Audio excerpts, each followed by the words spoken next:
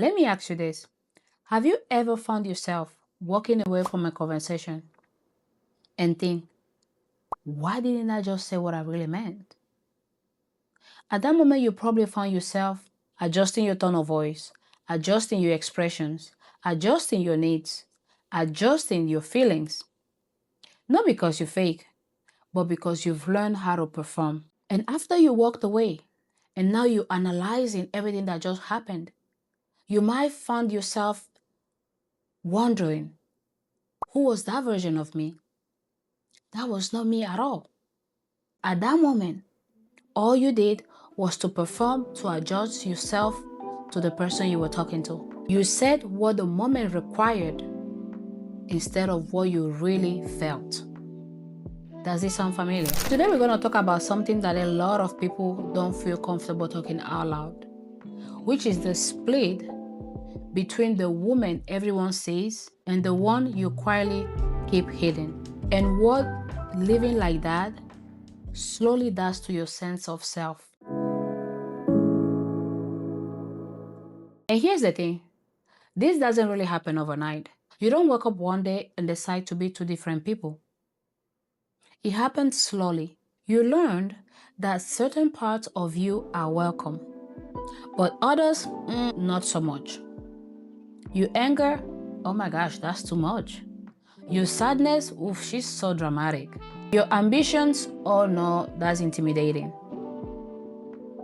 You see what I'm going with this? So obviously, because you want to be likable, what do you do next?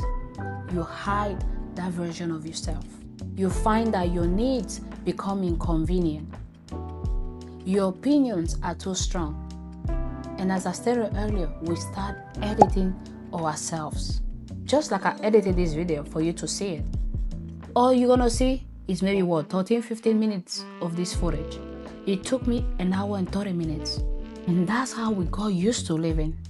Always editing that version of ourselves we think it's gonna be likable, that people will accept.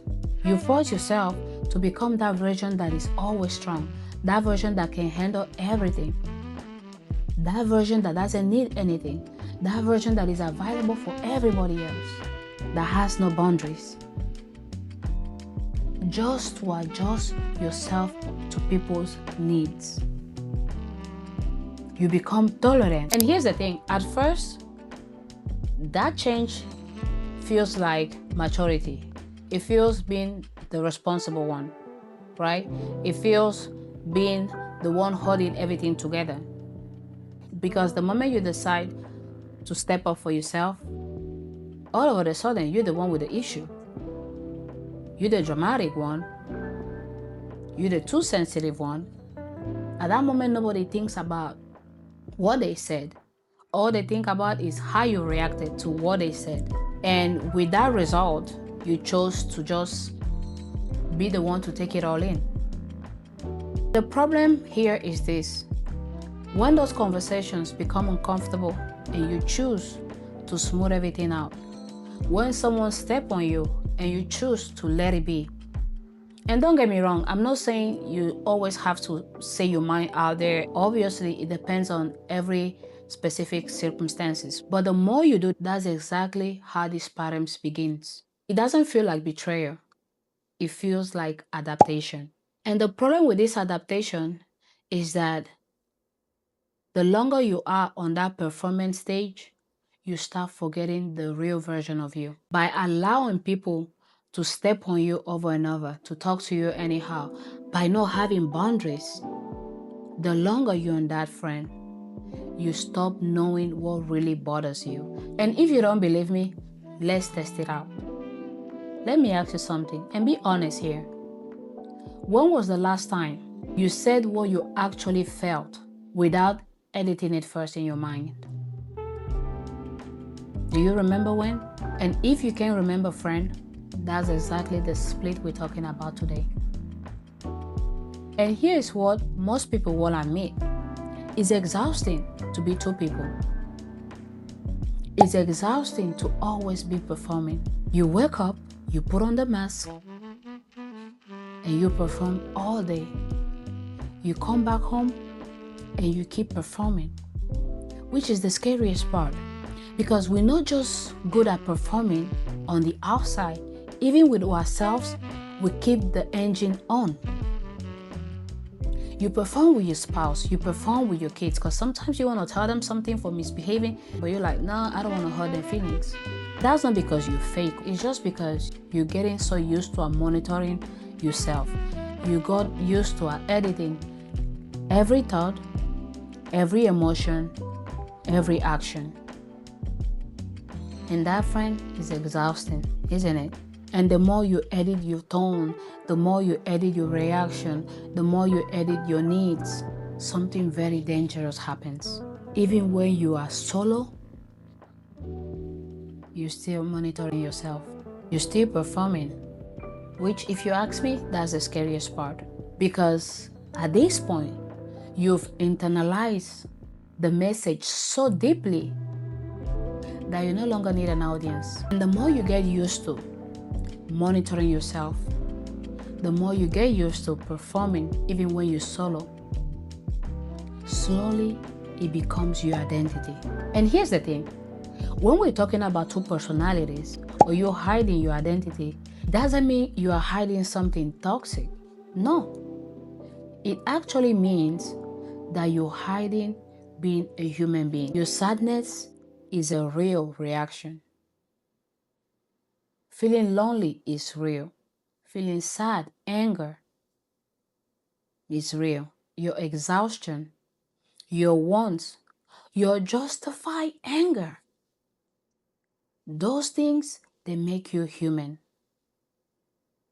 But we've gotten so good at performing 24/7 that you don't know what it means not to do so. Because if you look around you, everybody else is doing the same thing. The first thing you do when you wake up, you open your social media, they are performing the beautiful house, the beautiful cars, the beautiful trips. Every single one of us is performing. Who are you not to do so? But the problem with doing that is that once you lose yourself, who do you think you are at that point? And I know it's painful to admit, but you are not alone if you found yourself in this situation. The only difference is that we got so used to fighting in silence. But you're not alone. I see you. If part of this conversation feels familiar to you, I want to welcome you to my channel. And I want to ask you to subscribe if you can. I also want to let you know that I created a 3-step overwhelm reset. It's a simple system that helps you step back, clear your mind, and reconnect with what really matters to you today. Not in the future, not yesterday, but right now. I'm going to have it down below if you're interested. So to this point, we talked about how we become two different people, how the split happens, and how well we get adapted to that version of ourselves that is acceptable for others. So now let's talk about something very important as well. The cost of the split. What does it really cost you to be performing 24/7? The first thing that comes to mind is that you slowly stop trusting yourself. You stop trusting your feelings, your emotions. You might even find yourself overriding your intuition. And another one is you lose clarity on what you really want, which is a bigger one. You stop knowing who you really are underneath the editing, and eventually you stop feeling seen. And the scary part of it is that you just don't stop feeling seen by others or heard by others, but also by yourself. If this feels uncomfortable, actually that's a good sign. Not because something's wrong with you, but because awareness is a starting point. And being aware of an issue is always the first shift. And here's something I'm learning. You don't stop performing by trying harder to be real. You stop by giving yourself permission. Permission to disappoint someone, permission to have limits, have boundaries, and my favorite one, permission to be too much for people who are benefiting from you shrinking. A lot of people will be uncomfortable. As we said earlier, especially the ones that were taking advantage of that version of you. They liked a curated version of you. That version that left conversation without saying her mind. That version of you that allowed people to break your boundaries, abuse your boundaries. They won't like it. Because here's the thing, performance connects to performance. Real connects to real. So the moment you become real to yourself, you will attract that same type of people to your life. You don't need to keep editing yourself to fit in to a group of friends, even family members sometimes. By being real to yourself, to your authentic self, you're gonna find people who are in the same path as you. And that connection, that relationship will be the strongest. With that said, let me leave you with this. When you're constantly editing yourself just to be accepted, you slowly abandon yourself. And no amount of external approval will ever fix that. So friend, if you're realizing you've been performing more than living your life, take advantage of the 3-step overwhelm reset. It's gonna help you in this process. And if this video helped you in any kind of way, or if this video helped you recognize patterns you couldn't explain before, subscribe. Because in this channel, we are not just here talking about motivation. Here we are understanding patterns that keeps us stuck, one step at a time. And friend, thank you so much for being here with me, and I'll see you in my next one. Bye.